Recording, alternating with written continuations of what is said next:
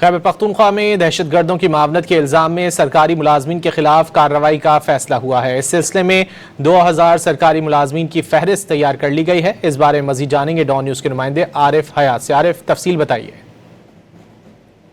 Provincial action plan کے تحت خیبر پختونخوا حکومت نے فیصلہ کیا ہوا ہے کہ دہشت گردوں کی معاونت میں جو ملوث ملازمین ہیں، سرکاری ملازمین، ان کے خلاف کارروائی کی جائے گی۔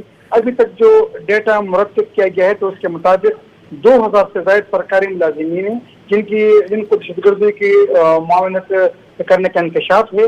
شناخت ہونے والے سرکاری ملازمین میں ٹھیکیدار بھی ہیں اور سرکاری ملازمین بھی ہیں، اور اس طرح جو دیگر افراد ہیں تو ان کو شیڈول 4 میں شامل کیا جائے گا، اور ان کا ڈیٹا ابھی مرتب ہو رہا ہے۔ جب جیسے یہ مرحلہ کمپلیٹ ہوگا تو اس کو آن لائن سافٹ ویئر کے ذریعے بھی اپلوڈ کیا جائے گا۔